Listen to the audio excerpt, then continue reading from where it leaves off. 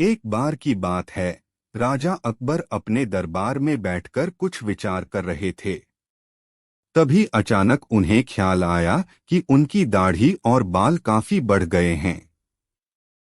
इस ख्याल के आते ही उन्होंने अपने एक दरबारी को बुलाकर नाई को फौरन हाजिर होने का संदेश भिजवाया। राजा का संदेश मिलते ही नाई महल पहुंच गया। महल पहुंचकर नाई राजा की हजामत बना ही रहा था कि कहीं से एक कौवा वहां आकर बैठ जाता है और काम करने लगता है। राजा अकबर नाई से पूछते हैं, यह कौवा काम क्यों कर रहा है? इस पर नाई जवाब देता है, यह आपके पूर्वजों का हालचाल बताने आया है।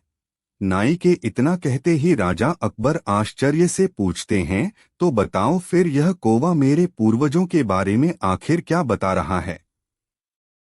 राजा के इस सवाल पर नाई कहता है, यह कौवा कह रहा है कि आपके पूर्वज स्वर्ग में मुसीबत में हैं और काफी परेशान हैं। उनका हालचाल लेने के लिए आपको अपने किसी करीबी को स्वर्ग भेजना चाहिए। नाई की यह बात सुनकर राजा अकबर और भी हैरान हो जाते हैं। राजा अकबर आश्चर्य से नाई से पूछते हैं, आखिर किसी इंसान को जिंदा स्वर्ग में कैसे भेजा जा सकता है? राजा के इस सवाल पर नाई जवाब देता है, महाराज मेरी नजर में एक पुरोहित है जो इस काम को अंजाम दे सकता है। बस आप इस काम के लिए अपने किसी करीबी को स्वर्ग जाने के लिए राजी कर लीजिए। नाई के इस आश्वासन पर राजा अकबर तैयार हो जाते हैं और दरबार में अपने सभी करीबी दरबारियों को बुलाते हैं। राजा के आदेश पर सभी करीबी दरबारी राजा अकबर के सामने हाजिर हो जाते हैं। सभी दरबारी राजा से अचानक बुलाने की वजह पूछते हैं। इस पर राजा उन्हें नाई के साथ हुई सारी बात सुनाते हैं। राजा की बात सुनकर सभी दरबारी एक मत में बीरबल का नाम आगे रखते हैं। दरबारी कहते हैं कि स्वर्ग जाकर पूर्वजों का हालचाल लेने के लिए बीरबल से उचित व्यक्ति और कोई नहीं हो सकता, क्योंकि बीरबल हम सब में सबसे ज्यादा बुद्धिमान और चतुर है। इसलिए स्वर्ग में आपके पूर्वजों का हालचाल लेकर वह उनकी परेशानी का हल आसानी से निकाल सकता है। राजा अकबर दरबारियों की इस सलाह को मानते हुए बीरबल को स्वर्ग भेजने की तैयारी कर लेते हैं। इस बात का पता चलते ही बीरबल शहंशाह अकबर से पुरोहित को बुलाकर स्वर्ग भेजने की विधि के बारे में पूछते हैं।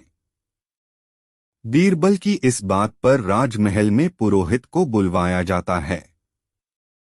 पुरोहित के आते ही उनसे स्वर्ग जाने की विधि के बारे में पूछा जाता है।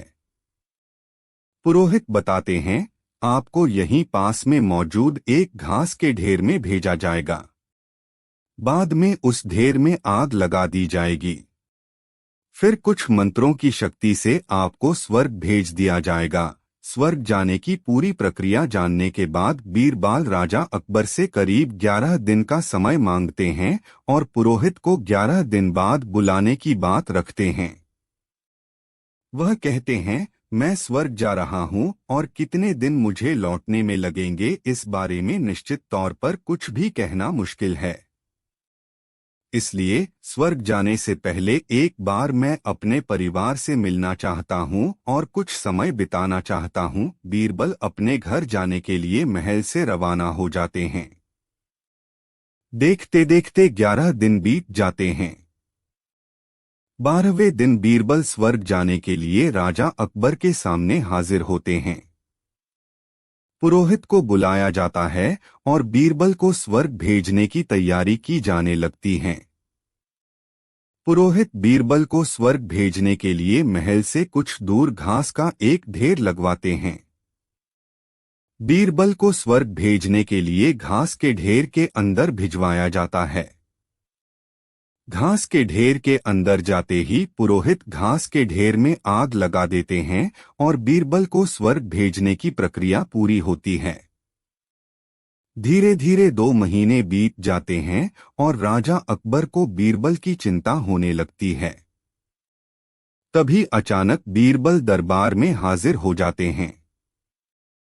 राजा अकबर बीरबल को देखकर प्रसन्न होते हैं और अपने पूर्वजों का हालचाल पूछते हैं। तब बीरबल बताते हैं, आपके पूर्वज काफी खुश हैं और मजे में हैं।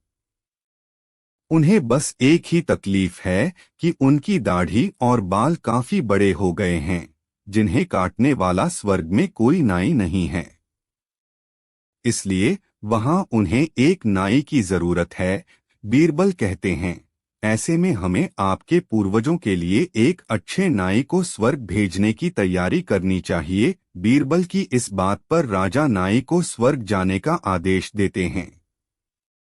राजा का आदेश सुनकर नाई घबरा जाता है और राजा के पैरों में गिरकर माफी मांगने लगता है।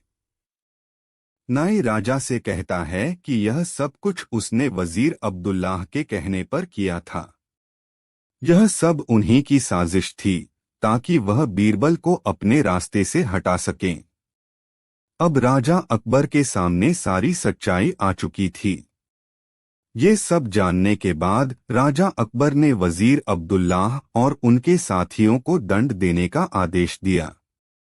अंत में राजा अकबर बीरबल से पूछते हैं, तुम्हें इस सच्चाई का पता कैसे चला और तुम घास के ढेर में आग लगने के बाद कैसे बच गए? तब बीरबल जवाब देते हैं, आग के ढेर में जाने की बात सुनकर मुझे इस साजिश का अंदाजा हो गया था।